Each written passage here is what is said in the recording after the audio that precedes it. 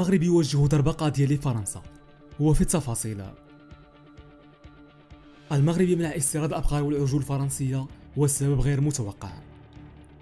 كشفت مصادر مطلعة أن السلطات المغربية قررت منع استيراد العجول والأبقار من فرنسا بعد إعلان السلطات الصحية الفرنسية عن اكتشاف حالات مصابة بمرض النزفية الوبائية الذي يؤثر بشكل رئيسي على العجول والأبقار الحية بمزارع جنوب غربي البلاد. وحسب ما أوردته المصادر نفسها، فإن السلطات المغربية منحت شحنة تقدر ب100 رأس من الأبقار المستوردة من فرنسا كانت متجهة نحو المملكة المغربية.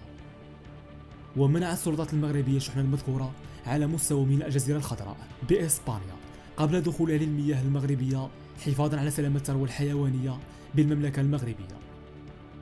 وتعتبر النزفية الوبائية مرض فيروسي معدي سريع الانتشار يسبب ضعفا في شهية الأبقار والعجول، بالإضافة للإسهال ومشاكل تنفسية حادة، غير أن نسبة الوفاة داخل القطعان المصابة لا تتعدى 1%.